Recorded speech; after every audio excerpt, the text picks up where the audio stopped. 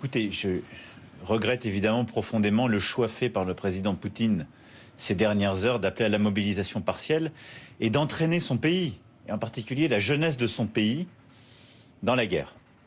Je l'ai rappelé hier à la tribune de l'Assemblée générale et c'est la position que la France tient depuis le début.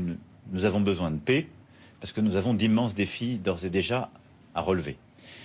Je note aussi qu'après l'Inde, c'est la Chine qui, ces dernières heures, a appelé au cessez-le-feu.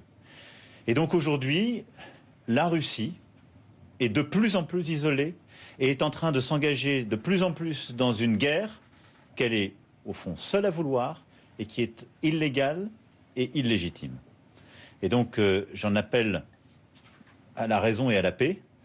Comme vous le savez depuis le début, nous soutenons l'Ukraine, sa souveraineté nationale, son intégrité territoriale. Et je pense que le choix fait va au contraire du sens de l'histoire, au contraire même des intérêts de la Russie et évidemment de la communauté internationale et conduit à isoler encore davantage la Russie dans le concert des nations. J'étais ce matin avec plusieurs dirigeants d'Afrique et du Proche et Moyen-Orient, avec les grandes institutions financières pour parler de sécurité alimentaire.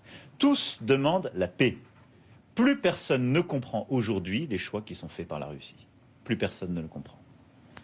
Et Poutine a parlé notamment du fait qu'il ne bluffait pas, qu'il allait utiliser toutes les armes à sa disposition en tant que puissance nucléaire. Comment vous réagissez? Est-ce que vous allez continuer à armer l'Ukraine ou au contraire avoir une position plus en retrait?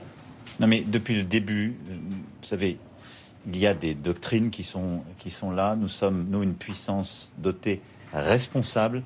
Et je pense qu'il faut sur ce sujet être extrêmement à la fois clair, rigoureux, et nous resterons comme les États-Unis d'Amérique, comme les Britanniques et les grandes puissances dotées de ce monde dans une conception, une doctrine que j'ai eu l'occasion de clarifier il y a plusieurs mois, qui est de ne pas aller au-delà et de ne pas participer à quelque escalade que ce soit sur ce sujet.